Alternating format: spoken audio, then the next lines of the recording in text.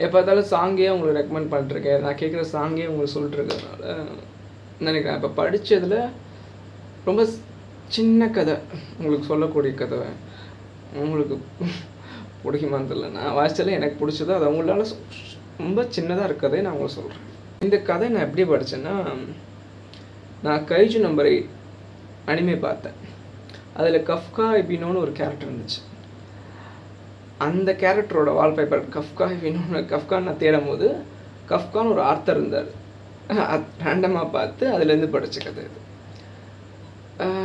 அந்த கதை எதை பற்றினா, அது ஒரு ஆர்டிஸ்டோட கதை. அந்த ஆர்டிஸ்ட் என்ன பண்ணுவார்னா, பட்னியாக இருப்பார், சாப்பிடாமல் ஒரு 10 நாள் 20 நாள் ஒரு கூண்டுக்குள்ளே தன்னை அடைச்சிக்கிட்டு, அதுதான் அவரோட திறமையே, அதுதான் அவரோட வேலையே.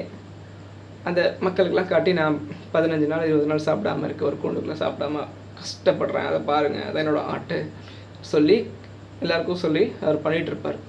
பீப்புளும் பெருசாக அவரை என்ன சொல்கிறது ரசிக்கலை. ஏன்னா இதெல்லாம் ஒரு ஆர்ட்டா அப்படின்ற மாதிரி அவங்க, இதெல்லாம் ஒரு திறமைன்னு எல்லாருக்கும் எங்களை எப்படி இதை எப்படி என்டர்டெயின் பண்ணுவோம் அந்த மாதிரி அவங்க போயிட்டாங்க. இதை ரொம்ப அதை எக்ஸ்டெண்ட் பண்ணி 10 20 30 40ன்னு போய் ஒரு ஸ்டேஜில் அவர் இறந்தே போயிட்டார்.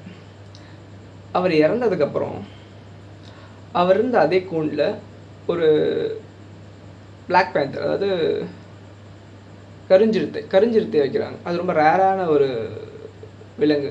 அதை பார்க்குறதுக்கு கூட்டம் நிறைய வராங்க. அது ஒன்றுமே பண்ணாது. அது நைட் டைம் சாப்பிடுது, தூங்குது, அங்கிட்ட இங்கிட்ட நடக்குது. அது சிம்பிளாக அது இருக்குது. அதை பார்க்க கூட்டம் ஆடும்போது எல்லோரும் அதை கொண்டாடுறாங்க. வாழ்க்கை எவ்வளோ அன்ஃபேராக இருக்குன்னு பார்த்தீங்களா? ஸோ இது எப்பயோ அந்த கதை, ஆனால் அது இப்போ கூட ரிலேட் ஆகும் எல்லாருக்குமே. ஸோ உங்களுக்கு பிடிச்சதை பண்ணுங்கள், அதுக்கு மேலே அதில் உங்கள் கண்ட்ரோலில் எதுவுமே இல்லை. சிம்பிளி ஒரே ஒரு விஷயந்தான், உங்களுக்கு சந்தோஷம் கொடுக்குதுல அதை மட்டும் பண்ணுங்கள். சாவர வரைக்கும் நான் சந்தோஷமாக இருக்கிறதுக்கு எனக்கு பிடிச்சதை பண்ணேன்ற அந்த திருப்தி மட்டும்தான் உங்கள் கூட வரும். அப்புறம் நான் எப்பயுமே ஃபாலோ பண்ணுற விஷயம் தான், லைஃப்பை முடிஞ்ச அளவுக்கு சிம்பிள் ஆக்கிடுங்க, வாழ்கிறது ஈஸியாகிடும். ஓகே, ரொம்ப காம்ப்ளிகேட் பண்ணிக்காதீங்க.